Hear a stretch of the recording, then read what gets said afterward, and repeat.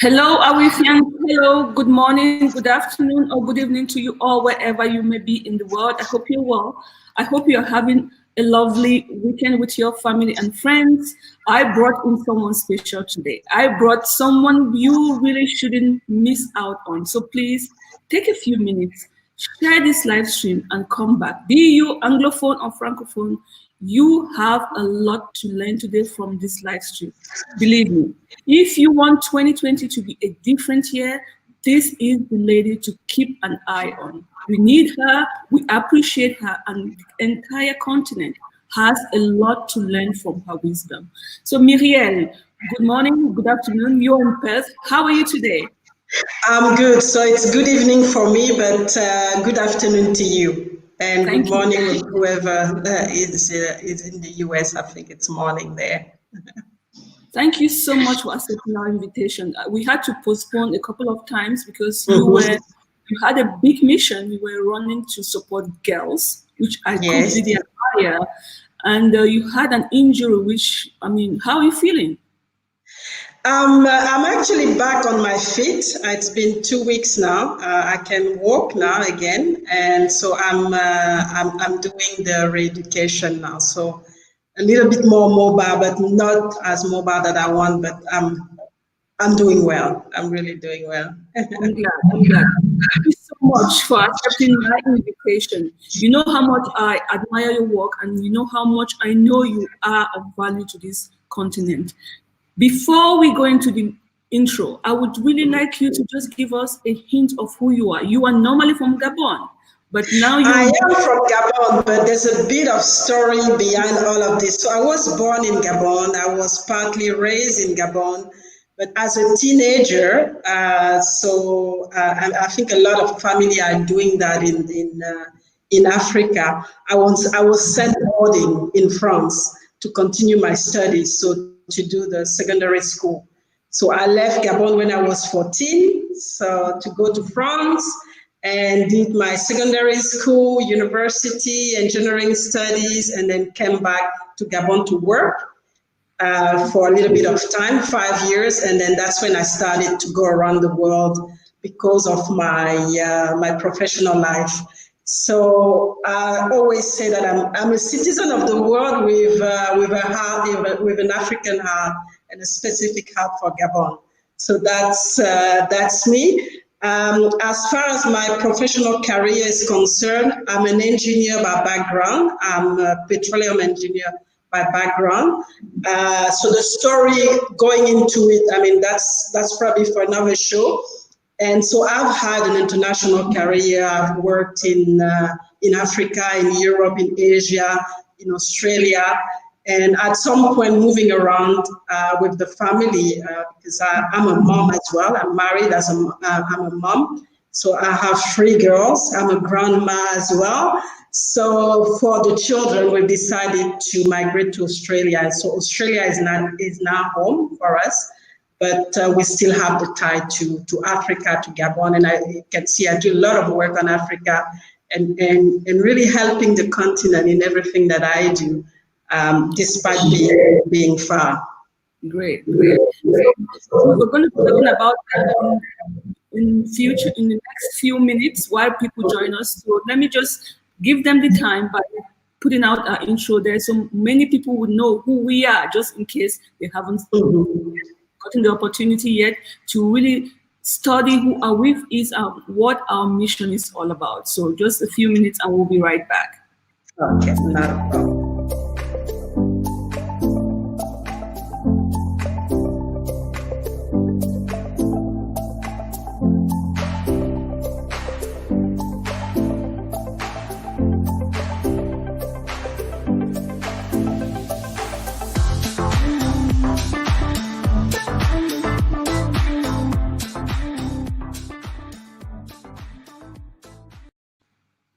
So we're back, yes. And today we are going to be talking about entrepreneurship beyond borders. You are the engineer. You're like, I see you like a powerhouse of Africa. I keep asking myself, okay, we all are moving away from Africa. We all are doing great things. This is the time to understand that there is no border. We can do Mm-hmm. whatever we want with who we want because there is the internet. We can change our lives, we can improve our situation irrespective of where we are. And today, this is a proof. You are in Australia, I'm in Switzerland. See what we can do. We can learn from each other and we can share. So, entrepreneurship beyond border is really a tool, or it's really a topic that African women should start exploring because we have the tendency of staying narrow-minded.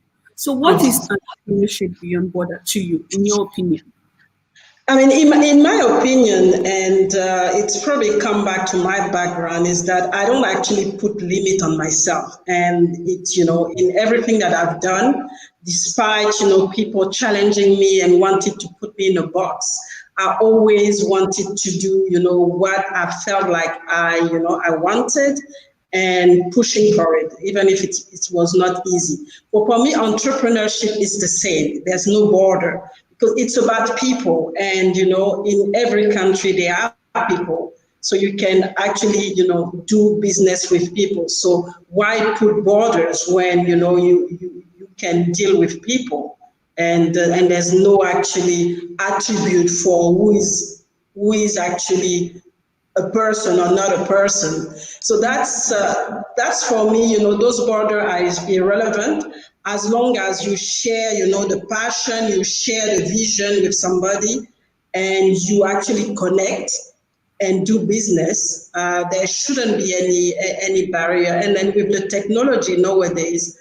Because I think in the past, because of the communication issue, we had to actually sit down and have face-to-face meetings and things like that. But now with the technology, it's instantaneous. You can communicate with people, and you really meet people when it's needed. Because at the end of the day, there's always a need to have a face-to-face. Yeah. Because this rapport is very important to create the trust. But at the end of the day, you can still communicate and do business with people beyond border, and that's what I do. Absolutely. Personally, I know you as the greatness engineer. When I think of engineering, my mind is gone to another continent. But you're also an award-winning entrepreneur, global consultant, executive mentor, and coach. You're a speaker and an author. Tell us, how do Yes. you do all of this? My goodness. So how did I do all of this? I can tell you, I actually don't know because I don't actually put any label on myself. When I think, it's more about what I can do and the difference that I can make. And then the labels actually came after the result that I've actually put forward. So, I mean, for me, diversity is everything. So, yes, I'm an engineer, but like we said, as human beings, we're not one dimension. We have, several dimensions. There's the physical, there's intellectual, there's the spiritual. So, for me, doing business and as a person, I really want to explore everything in every dimension. And that's how I came up with being an entrepreneur, which is more connecting with people and taking risks. Being an engineer, which is more Cartesian and being really, being, it's more about, being straight and being organized, and being a mentor, which is more, or coach, which is more about helping people, empowering people. So, you live yourself, and then you have all this knowledge. Now it's time for you to pass it on, because that's the way you actually create, an impact in the world, positive or negative. But in this case, I focus on creating a positive impact. And there's the offer as well, because I think that some people actually understand better your message when it's written. And that's also what stays as well, because when you write things, that's what stays as well. So all those labels are actually, expressing all the dimension of who I am and how I see, a human being, which is there's a focus on yourself, yes, which is you're the engineering and being, but there's also you are connected to people. So there's the aspect of giving back, teaching, educating, which is the coaching, which is the mentoring, and obviously, writing as well. So, I mean, I'm comfortable with that. That's not a problem. It's not been easy, but I like the challenge. I normally like, all the big challenges in my life. No problem. I confess, when we decided to have this live stream, I really questioned myself. I said to myself, helping people create business in Africa, women to become financially free, it's an easy route. It's not that easy because of the challenge. However, it's kind of an easy route in the sense that many women in Africa know how to create businesses. They run business. They run it from maybe not the most intelligent way, but it's easier to go with them down that journey to make a difference. But when I think of engineering and I see the work you do with young girls, I see on Facebook or YouTube all the things you help them, the equipment you expose them to, I think your route is much more difficult because Africa in general does not expose girls to science. So I sat back, I said, okay, I'm going to talk to this big lady. We are talking to someone who has a completely different way of thinking. What is engineering to you, Lillian? And I went back to the dictionary to really ask myself, to question, why is it that we have less women in this branch of science? And I asked myself, what is engineering? And it says, engineering is a branch of science and technology with the design, building, and use of engine, machines, and structure. So women have this capacity of understanding business, not just engineering and machine. Like you show girls today, you help them do that too. But for you, that is a huge challenge. How can you define engineering in the context of not a dictionary, but in the local context of Africa? What's funny is that, like you said, I mean, there's very little, I mean, there's not a lot of women and let again, a lot of African women involved in engineering or in science. And what's funny is that it's actually, I mean, I think it's the easiest, easiest area to go because there's structure, there's guidance, and women are intelligent. They are intelligent, and we don't realize that. We know how to run things. I mean, we run houses. We run, we educate people. We raise children. So we make the world. Why is it so difficult to go in an area where everything is structured for us? We just have to follow. I don't know. I think it's actually a mindset more than anything. And we probably have a blockage because it's normally very male dominated, and we actually put the mindset is not following. We think, oh no, it's too difficult, it's too challenging, so it's not for us. But I don't think it's that challenging. Like you said, it's an area where there's structure. It's an area where you're guided.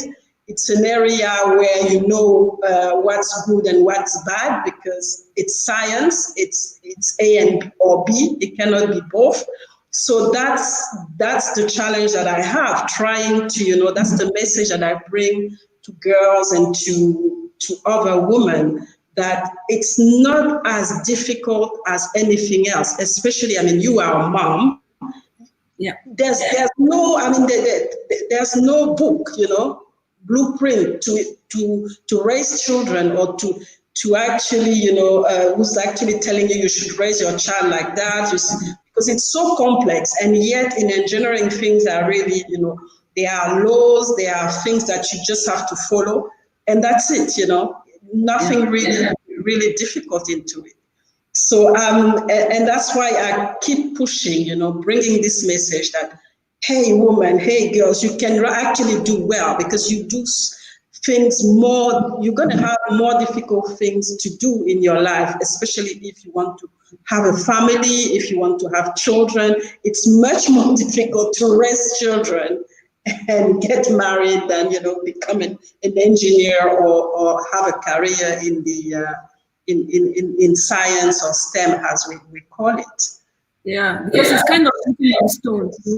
Uh, this is the beauty of this conversation, because when you think of business, it has a structure, it has a form, and entrepreneurship as well. So I think these two go together. And having this conversation today opens the way for something new. Women in Africa, do they really have business? Do they really understand? Do we really understand when we start businesses in Africa is just a mechanism to help our family, Survive.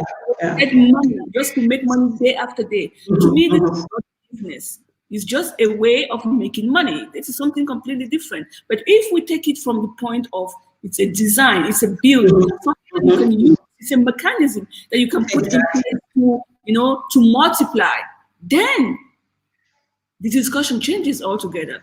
That entrepreneurship is not well understood in Africa. Yeah, yeah, and I mean, and you're right. Do they really have businesses, or they just have something to survive? Yeah. Because at the end of the day, entrepreneurship, it's something else. Entrepreneurship is about people. Entrepreneurship is about making a difference. It's about bringing value, and this value that you bring, this impact that you make, it's actually you get money out of it. But the Yes. focus is not money. The focus is the value that you give. The focus is the solution that you bring on the table. Because at the end of the day, when you go into entrepreneurship, it's to solve a problem.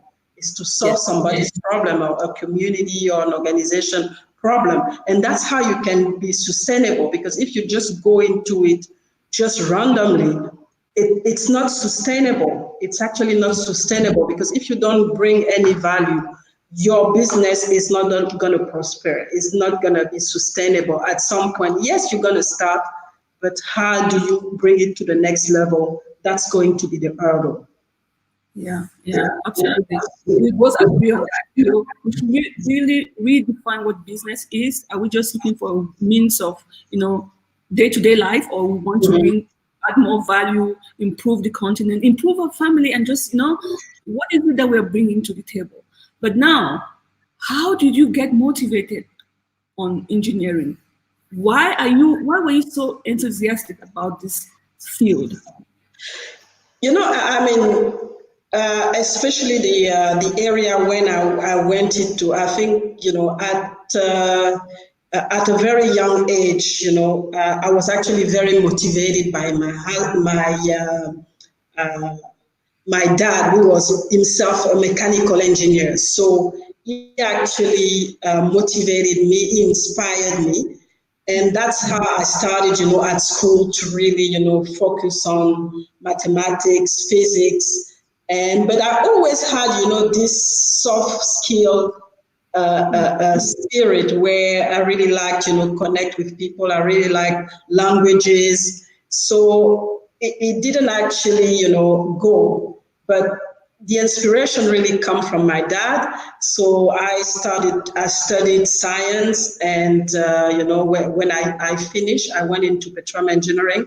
But going into petroleum engineering was actually, I got pushed into it because in the middle of my, because I did information technology at school, I actually lost my dad, and I was in France. He was the one providing and everything. So I had to finish. I didn't actually go further. I had to just, finish the year and look for a job. And it happened that jobs were actually, there were jobs offered in Gabon in the oil and gas industry. So that's how, I got into the oil and gas industry, which use a lot of physics and math as well, even if I was not, I didn't study petroleum engineering per se.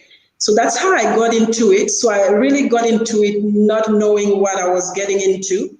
It was, like we said, for survival, that I went there, I had to get a job, I had to take care of myself, I had to get to help my mom as well, which was struggling as well. So that's how I got into it. But then going forward, I created a vision for myself, a vision where I said, I'm going to succeed in this industry. And if I succeed, I'm going to bring other women with me. So my mission is really to bring other women with me, because I've discovered that at the end of the day, we're scared of going into those male-dominated environment or industry, but there's nothing to be scared of.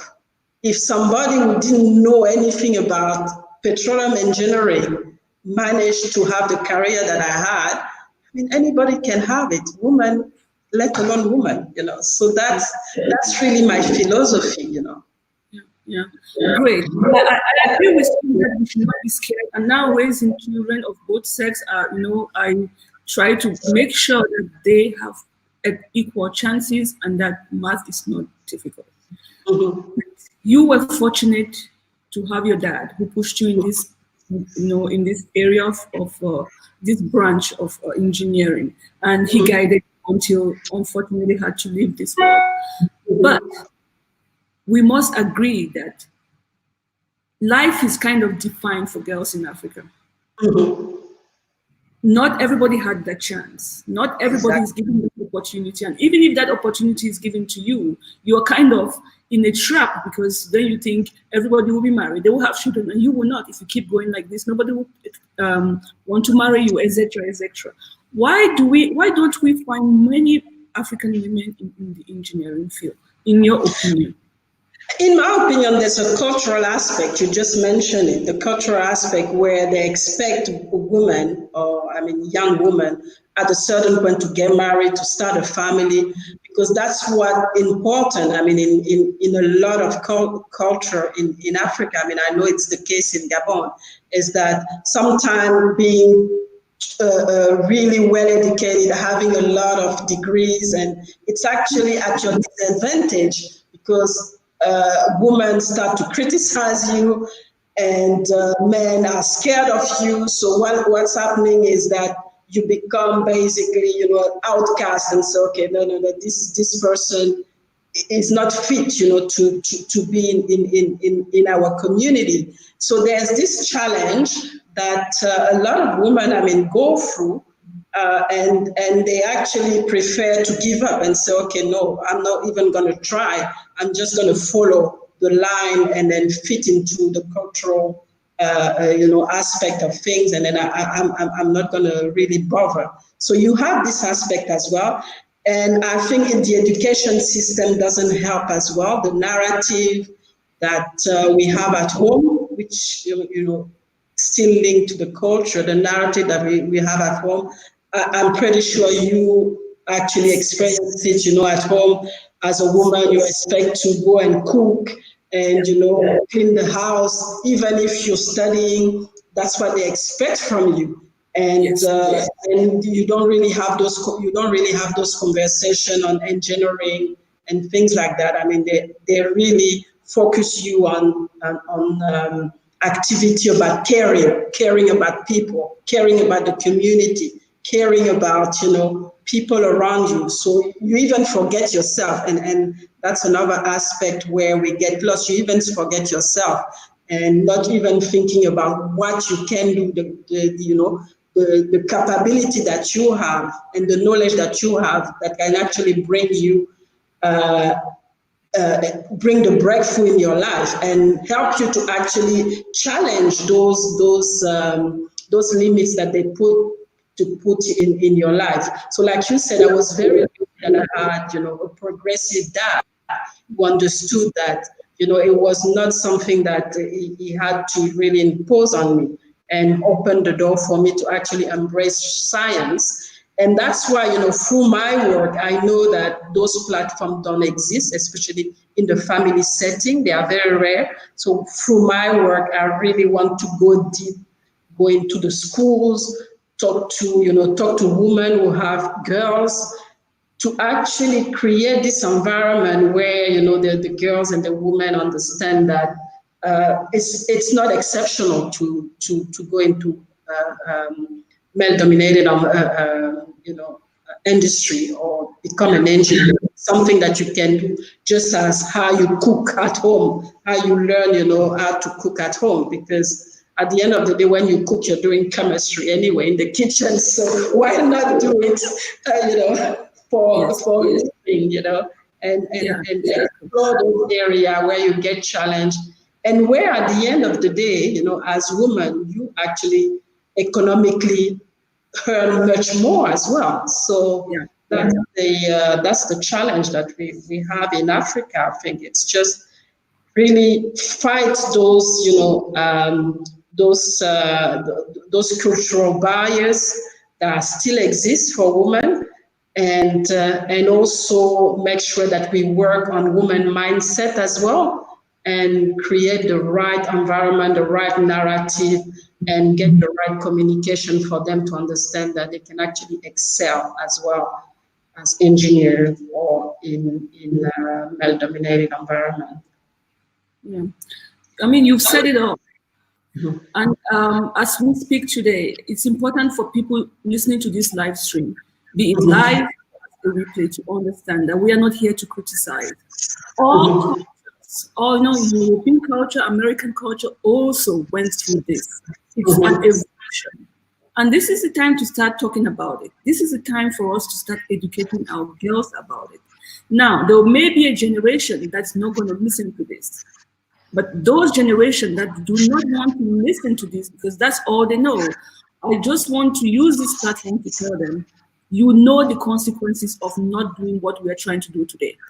You know, when you go to bed at night, you feel the pain of not being able to do the things that you wanted to do. Express, you know the consequences. This is our time to speak out.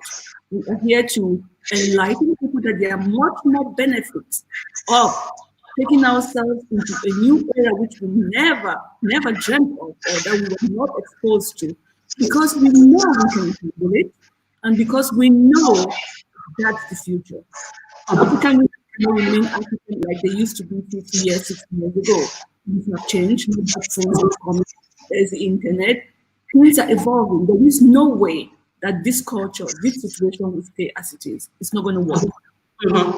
And for the economic empowerment, it's very important, like I was saying, because those jobs in engineering are very well paid. So for the economic empowerment of the country or the continent, we need to have those women actually contributing in those areas, so that they can help, increase, to help the economy as well, because there's so many women who are capable, and they can actually bring this continent forward if we get the right narrative. Yeah. I'm glad you said that, because there is this thing in my head that keeps saying, we've blamed the European for, destroying Africa. We've blamed corruption. We've blamed the men. But there is a very vital key that we are not exploring. We women, we are hiding behind all of these factors. Men have done, the European have done this, the dad has done this, my daughter this and that, but we are not exploring the woman factor. We're not exploring the danger of where we've put ourselves just because we women have put ourselves in that situation. And if that continent will have, in my opinion, if there is ever going to be any change, real good change in that continent, is going to be through women. Exactly. And that's the fear. We fear, we are comfortable where we are. We don't want to go out of our comfort zone. We complain, but we don't want to. We're quite comfortable. But the thing is, yes, you are comfortable, but nothing happened. You're going to stay static. You need to break those barriers, take risks, because at the end of the day, it's about taking risks. Yes, it's not going to be easy. Nothing is easy in life when you take risks, but do something, because at your level as a woman, even if you're alone, you can actually start a movement and start, because at the end of the day, people start to do things that they see. So if one woman see you doing what you do, the confidence comes, and then you start to have more women, and by the time you realize it's a movement, and you've created something beautiful and positive. Yes. Yeah. Absolutely. I mean, let's even be, you've said it in the most positive way. Let's take it from the very negative way. You start something, we women we like with this envy and jealousy and copying, they'll copy. Yeah, They'll yeah, copy. yeah, And when they copy it, so exactly. that has been multiplied. When it's multiplied, something good is on its way. So Yeah. all good. Oh, good. So that's really the way as women we have to see it, is that let's start. Don't look at, oh, is she doing it? Oh no, is not helping me, or my husband is forbidding me this, and try and just go. And what I don't understand sometimes is that a lot of people say that they believe in God. So what can you take this step, have faith, and then just go? Believing in God is not just in church, it's also in your life. Take the step and just go, believe in yourself. Even if you don't believe in God, believe in yourself, believe that you can make an impact where you are. Start and then just keep going despite the obstacles. Yeah, that believing in church part of it is another live stream we're going to have, because Yeah. we have a biased way of believing in God. Mhm. If we take it from the real sense of believing in God, then we take that action. But when we Yeah. are poor, broke, we go give our money all to church and we say we believe in God. We sit and we wait for God. God Yeah. never said that. Africa has No. a very You have biased to way of move. You have to move. At the end of the day, you have to.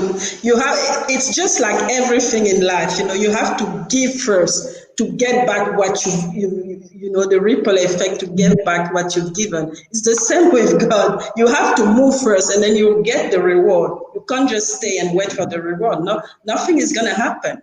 Nothing. exactly. Yeah. Exactly. So, what are some of the how can other women in Africa start in this field? You've given us good examples that you had in your life, and we've compared engineering to entrepreneurship, saying that looking at these two aspects, there is a lack of understanding of what entrepreneurship is really in the Mhm. African context. We are doing something is wrong here. We're not understanding what we're doing here. We're not building something new. We're not bringing any value to the marketplace. How can women start changing their narratives? How can we start changing our minds? For some people, it's done and dusted. We're not going to get into that discussion. But those raising, those young girls coming up, the ones you're empowering, how can we start gradually changing our path? I mean, the change of path, you just have to acknowledge that you have a problem, because I think that's the problem that some women face. They start to complain before they even sit down and say, okay, I'm going to first evaluate myself and evaluate why I am in this position. And then when I have the data, when I know where I stand, accept that, I have a problem, and then get educated, about it, reach out to people, because that's why, in some other area, and especially in entrepreneurship, get a mentor, get a coach, somebody who's done it. It doesn't have, I know that in our African context, sometimes it's difficult, but it doesn't have to be an expensive coach. It can be just, somebody with a boutique next to you who has actually made it. Try to learn from this person. The process is the same. The process is the same. So it starts with acknowledging that you have a problem, accepting that you want to change, something in your life, and you really want to be an entrepreneur, and then learn really what entrepreneur is all about, which is, like I said, solving a problem. Find a problem that you think it's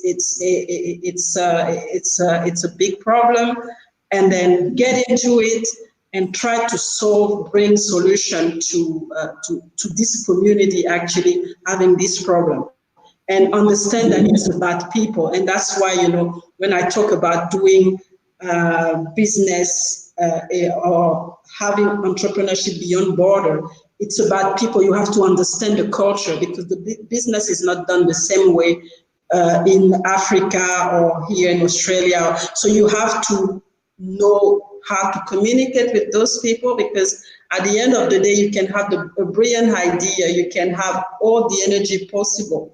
If you can't communicate with people as you bring them the value, then you just losing your time.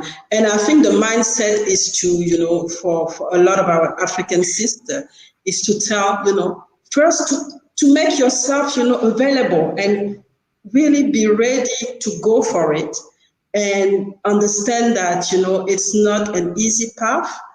You will have to, you will have maybe, you will stumble through the way, but always come back, learn from what from all the fall that you've taken, and also, reach out to people. Reach out to people. It doesn't have to be just having your little things. You can have partnerships, work as community, because I think sometimes, we lack communities in Africa, but when it comes down to entrepreneurship, we lack this, this spirit of community. We want to do our own little thing, and obviously, our own little thing is not going to go far. So instead of looking at, reaching out to other women or other men, if there's no woman around you, to actually make it work and have something bigger and something we're actually going to have, an impact, a more pronounced impact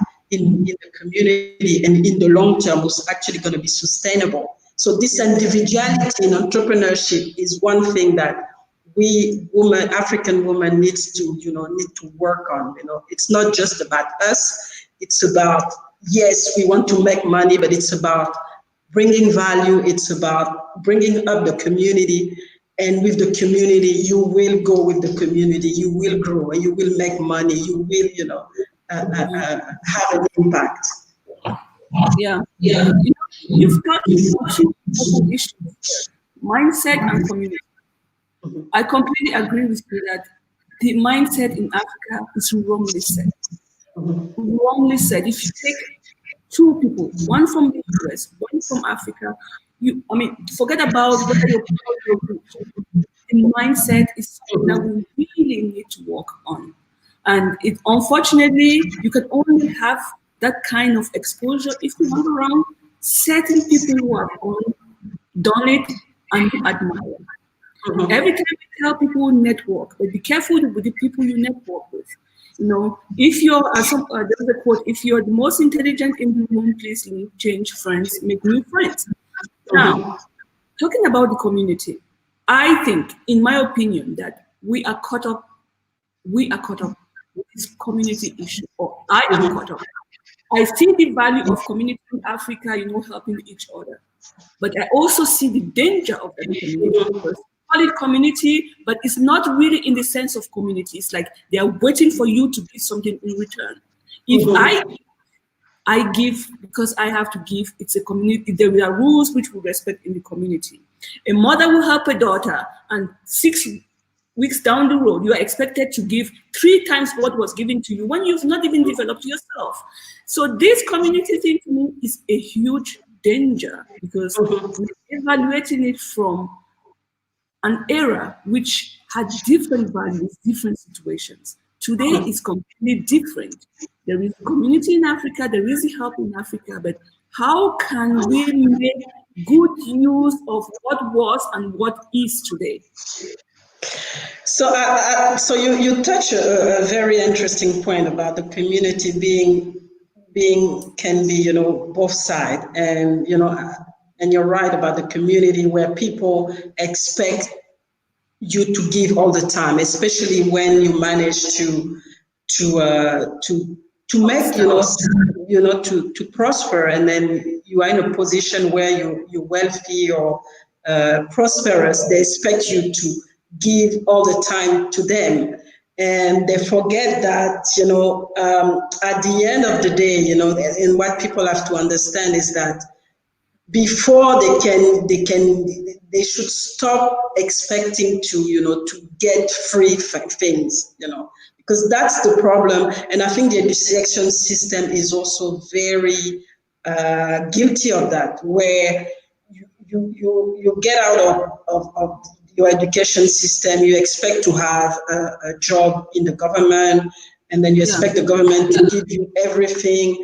And then when you are in your community, you expect the person in your village, who is the minister or whatever, to take care of you because he's the minister, and then you don't want to do anything.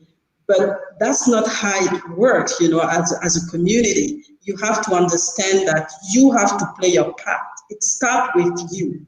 And if you don't do anything, people have to start to understand that they have to be in the center of what they want. They have to start giving what they want. They can't just expect people to give them what they want when they've not done anything. And I think that's the first step in terms of mindset that you need to really, push, because when people have problems, they don't even think about, okay, what can I do first, to solve this problem. They go straight to somebody else to solve their problem and to give them money. They go for the easy path. But, what they have to do is to sit down and say, okay, I'm here. What can I do first? And then when you're really stuck, then go and reach out. But you don't start to reach out before you actually try. So that's one thing. And the mindset is really the big one. And one thing that we really need is, and that's where entrepreneurship can help. It's really push entrepreneurship, because entrepreneurship brings freedom of thinking, and it empower you as well, because you know that you can actually try to solve problems and you have the confidence to do it, and you don't just think about somebody else doing it for you. You are in control, and you actually, you make the mistakes, but you also get the reward, and you are in perfect control. So that's very important that people understand that that's the way to go, because if everybody start to behave like that, we create an environment for all our communities or all our continent where we all grow together, and those disparities are actually going to start disappearing. Exactly. Yeah. Absolutely. Yeah, mindset is an issue. We should take responsibility. I mean, we are all mothers, but I mean, we have a certain responsibility, and the children have their own responsibility. And where we fall short, it should not become an obligation to our children. These are the things that we go through with the mindset. Again, for a certain generation, it's a done deal. They will not understand. They don't understand, but for those who are interested, those watching, this is another generation. We should really examine where we stand, what was handed over to us, and where we really want to be. And women have a lot of power, because we raise the future leaders. We also raise the people who are actually not going to follow anything. So we have this power as women to mold, the next generation with the right mindset. And that's why women as women have to take, responsibility of the role that we have, because we give life, and we also, we help them to grow as well. And that's our power, and that's where we have to start planting the seeds, the right seeds, so that our children get the right mindset. And so we start to change this, and start to really erase all those unconscious bias that we've been brought with. So women, we have a very big responsibility, and African women, we have a very big responsibility. Absolutely. That's what we encounter in the process of becoming an engineer. And as well, also trying to help young girls. What are some of the obstacles that are expected? Okay, so the obstacle, I think, communicating with people. It's always been about, first thing, and we've talked about it, when you come and you say, okay, I'm going to go and help, people see money. And especially for me living outside of Africa, when I come, automatically people say, okay, what we're going to get from this person is money. They don't really look at, okay, this person has an experience, there's knowledge that she has, and we're going to focus on, learning from her experience, and then getting her knowledge to really build ourselves and to really grow as a person, and grow professionally as well in the long run. So that's the first thing, is that it's again the mindset is that, okay, you went overseas, you succeeded, and and what we want from you is just money straight away, not thinking about, okay, what do we want that can actually be sustainable. The money will come, but let's just take the time to learn, and really, understand how we can create freedom for ourselves, because at the end of the day, it's about freeing yourself, either economically or freeing your mind, freeing ourselves and learning new skills and being able to compete with the rest of the world. So that's one thing as well. And there's also another aspect where people, when they see you coming, they're like, okay, who do you think you are? Who do you think you are to come and show us, how to solve our problems? Yet they have problems. Yet they're struggling. But you taking the initiative to help those young girls and things like that, you start to create enemies, and people start to see, okay, she's coming, and then she's starting to take care of those girls. We don't want her to influence them. We want, and you become the enemy number one. But you shouldn't actually, you shouldn't, I mean, it's hard, but you can't give up, because at the end of the day, you're looking at a long-term thing. It's not just at a certain point in time.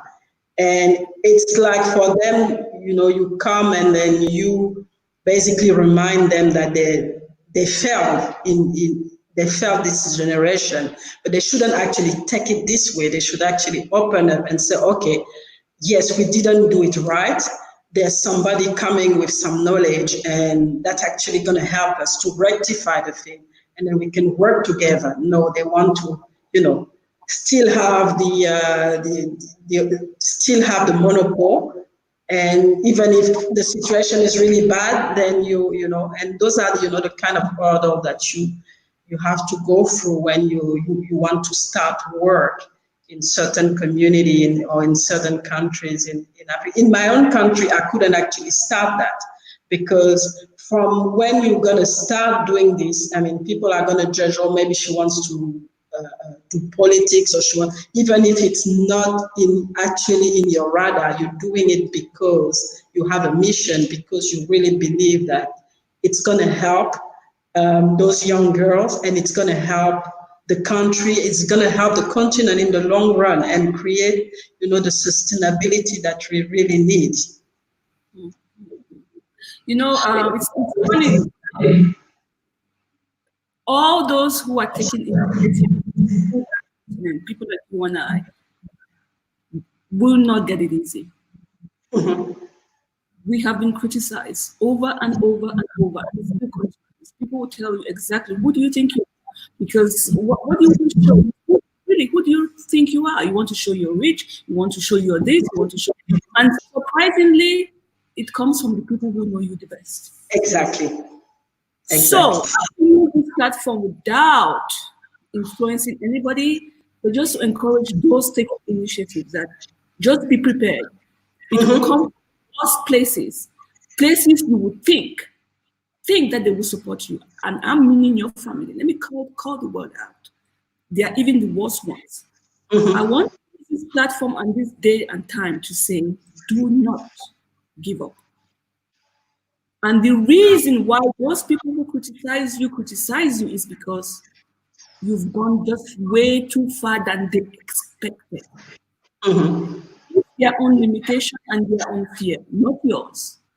So whatever you're doing, you keep going, because only you had the courage to. And certain things like this, it gets to prove to you that you've grown. It's time to change. It's time to change your network. You may miss them, you may, really regret not seeing them, you may end relationships, but you don't want to be stuck in a place where you no longer fit. Then you will not be open for any growth anymore. Every human being evolves and grows. But there are certain people who do not want to grow, who do not want to learn. Let them be where they are. let them stay where they are. Please, if it's not happening in your community, change community. If it's not happening in your country, change countries and do something somewhere else. You might even be more welcome somewhere else than in your own home. Exactly, and you know, and like you said, you know, even if it's a close relative, if it's not a good influence for you, you just have to stay away from this person and keep going, never give up, because they are the blockers. They are the blockers because they want to control you, and there's a lot of you know, fear and jealousy as well, because they realize sometimes that, you know, you, like you said, you've gone so far, and then you've been able to have a very positive impact, and they don't like that. They don't like this positive attention, and they don't like the fact that you've actually gone to the next level. But it shouldn't stop you. And the only way you can actually, I always say, you know, you are the CEO of your life, and you know, there are people that you need to fire at some point, because you know they're not actually bringing anything positive in your life, so you have to fire them wherever they are. Yeah.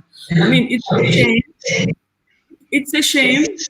Maybe not. Maybe it's not a shame. Maybe it's a fact. You know, it's we all evolve, and sometimes you have to leave people behind, unfortunately. But sometimes those people, at one point, some of them, they catch up, they get it, and they move to a next step because of your courage. So whatever Exactly. you are today, you've been insulted, you've been rejected, whatever, that courage that you had to make that leap, faith, and take another step, go one more step above, you've already uplifted them.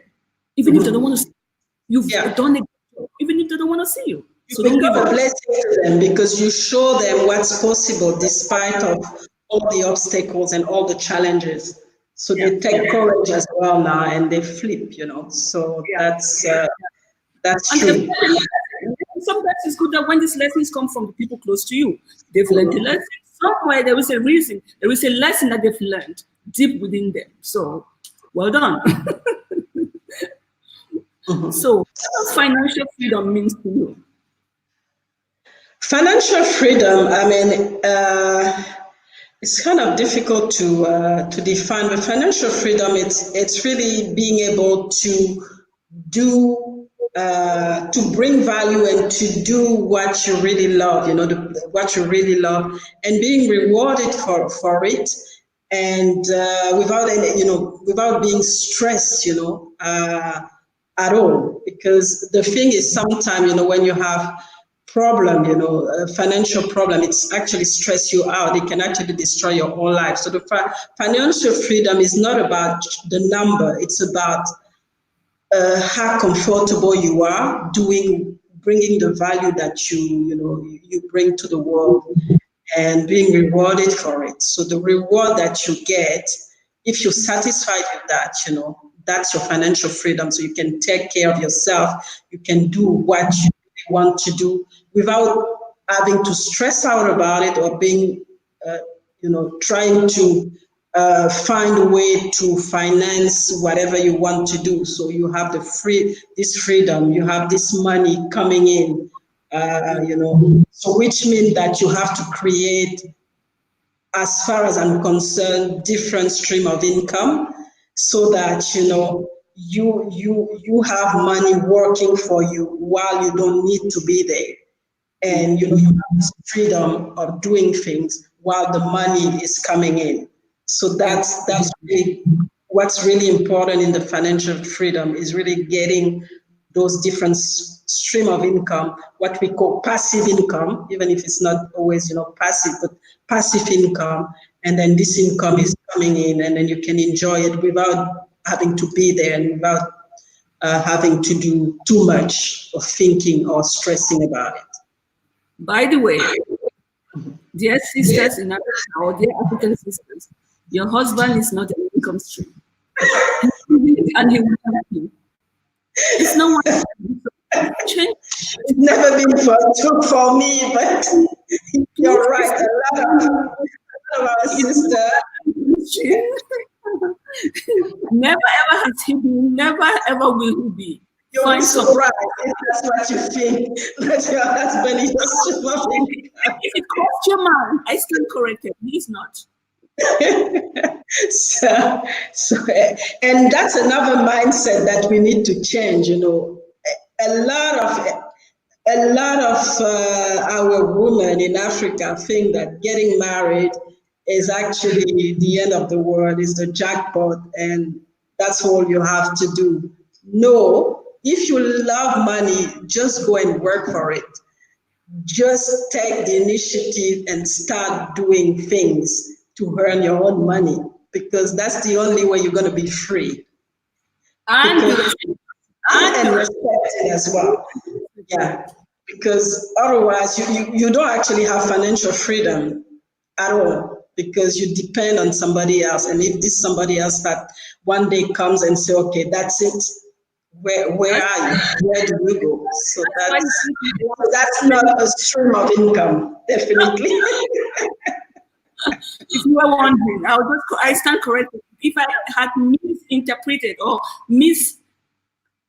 it's not. It's not. It's not. Yeah, it's not a stream of income. Africa ready for its women to be free financially. Is Africa ready? I mean, what I actually find funny is that, because for me, entrepreneurship is about solving problems. We have so many problems in Africa. So this is the ground, to really start to become an entrepreneur, because that's where you have the problems, and that's where you can actually bring value and solve some of the problem and make money from it and start to become financially free. So that's, for me, it's really simple, because when you look at entrepreneurship as a way to solve problems and bring value, Africa is the place. So I mean, we don't have to think twice, as African women. We don't have to think, we just have to take massive action, identify where the problems are, and start to work on bringing value and bringing, a solution to those problems. And here we go. And here we start to, the road to our financial freedom. And maybe the word finance is scaring many of those listening to this right now. Maybe they are thinking, no, money is the root of all evil. If you take out the word finance, if you want anything to do with freedom, use these steps that we've discussed from the beginning of this live stream and see where it leads you. If you don't believe us, start your husband as an income stream. Then create something else and see where it leads you. Because I mean, for me, money. keep him. No, he will help you to do the math. Let's keep them. They help you do the math. They are better in math. It's the mindset thing too. But if we put that aside and try to create another income stream, see where it leads you. Exactly. So because money is really about energy, you providing, you putting your energy, you're providing an effort, and you're providing value, and you are paid for that. So if you're not providing any value, if you're not doing, anything, there's no energy that actually going to bring the money. So you can sit there, and I think sometimes people dream about this money just coming from I don't know where, but you have to make the effort. You have to bring value. You have to work hard, and then the money will come. You can't just sit down and say, okay, I want money, no, it's not like that. There's no, any meditation will not help you. Even if you meditate, even if you visualize it, at the end of the day, it's about action, You have to take action and go for it. And if again, you don't believe us that the money will come, just think of the knowledge that you yourself you gain in the process. What is that? Put the money away. What did you learn in the process? How do you feel about yourself? How do you feel about yourself? What kind of things have you made in the process? That's money in itself. Don't call it money, please. Don't call it finance. That's something value to you as a person.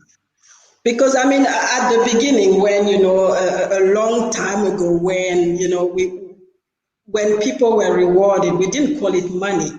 It Yes. was an exchange, So you bring something and then they give you something. I mean, at that time, it was not the paper that we have right now, but it was about an exchange. So you bring something on the table and the person actually rewards you for what you bring on the table. So it's always been like that. And that's really what I call, being free financially. When you understand that, is that, I can always bring value. And we talked about the knowledge that we have. We can always monetize our knowledge and use this knowledge to bring value. And then we get something in exchange. So it can be money, it can be the satisfaction, like you said, it can be the happiness, it can be the joy. You just have to quantify, what's going to make you happy while providing this value. And then if you get what you're really looking for, you're free. Yeah, yeah. Not value, I should say, to the market, you bring it to other people, but you also bring it to yourself. The Mhm. person who benefits from all of this is you. Let's not forget, sometimes in Africa, or as Africans, we give with this same, again, issue of mindset. You think you're just giving. I find lots of pleasure talking to you. I have learned. We said hello to the kid. You come into my life. And you send message. How are you doing? What's your situation like? How are you feeling? Is it not yours?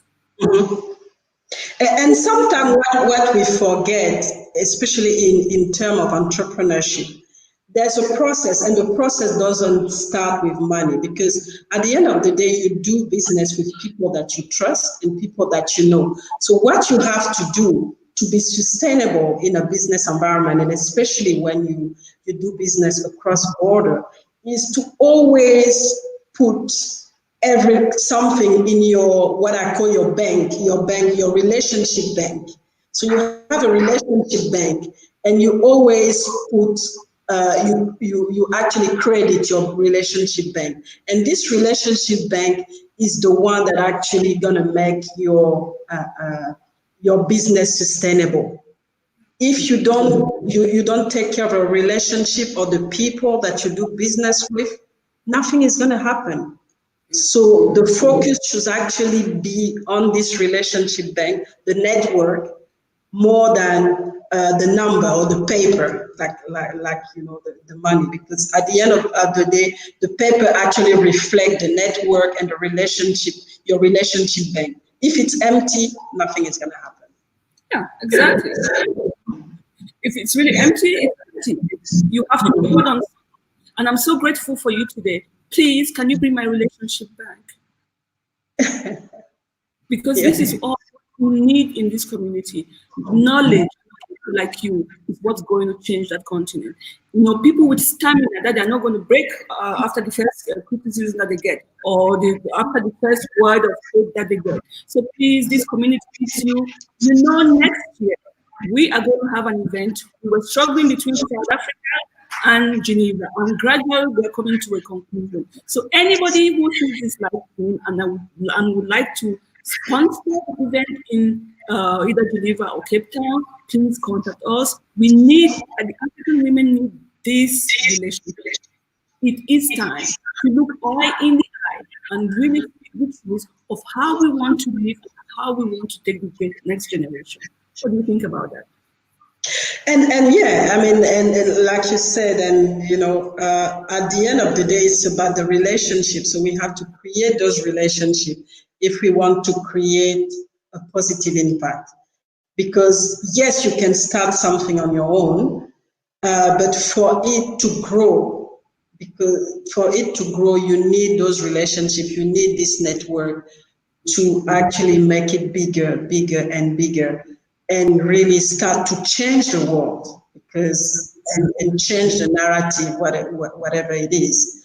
Because on your own, it's difficult. Yet you start with you, because you are basically the root, but then you have to create branches so that the tree can grow bigger and bigger.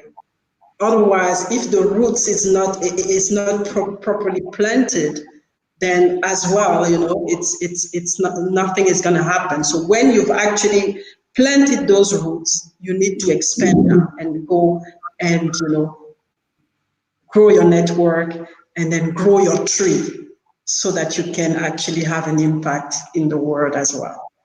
Okay. It was a pleasure talking to you. People are complaining about the sound, so I think we're going to have another round of this conversation because things has to change. So, Myriam, merci infiniment d'être parmi nous. C'est mon plaisir. Avec vous. So let's try to have another conversation, bring in more people, talk to more women. If anybody watching this live stream would like to get in contact with Myriam, either contact her directly, we guarantee that there's going to be a shift for you. You have all the information on the screen. She's on all social media platforms. There's Instagram. That's her email address. Here, the email is different. Yeah, I'll give them. Exactly. It's a different email. Here is her LinkedIn account. Please do not hesitate to contact her. Contact us, and we can link you to her. Remember that this change can only start with us. All those issues, all those things we think are the cause of our problems, it's not really true. We are the cause of our problems. Let's start looking within. This is where the mind shift work in Africa is absolutely crucial. Thank you so much, Myriam, for your time. Thank you for everything that you've shared. We're going to have another live stream. Really, thank you so much for. Thank you for having me. That was a pleasure. Thank you so much. We have some comments that I would like to really put on the screen so you can see them. This is another great network person to have, Brigitte. She's in Cape Town, South Africa. Anybody who has not been in contact with her yet, if you've not watched her live stream, please hook up with her on Facebook, YouTube, wherever you think you can more. She is of great value to this community and to the Africa community at large. Thank you so much. It was a pleasure talking to you, Myriam. A bientôt. Well, and happy to be back if needed. Thank you very much. Have a great day. Thank you. Thank you very much. So yeah, that was it. Awifians, great conversation, great people. Please do not fail yourself. Do not fail us. We are here for you. If you need help with anything, do let us know. If you need to contact Muriel, send us an email or just check this live stream. You have all her contact details, but we can also link you up with her. My name is Lilian Mole, and it was a pleasure spending this hour with you. And I'll catch you in the next live stream.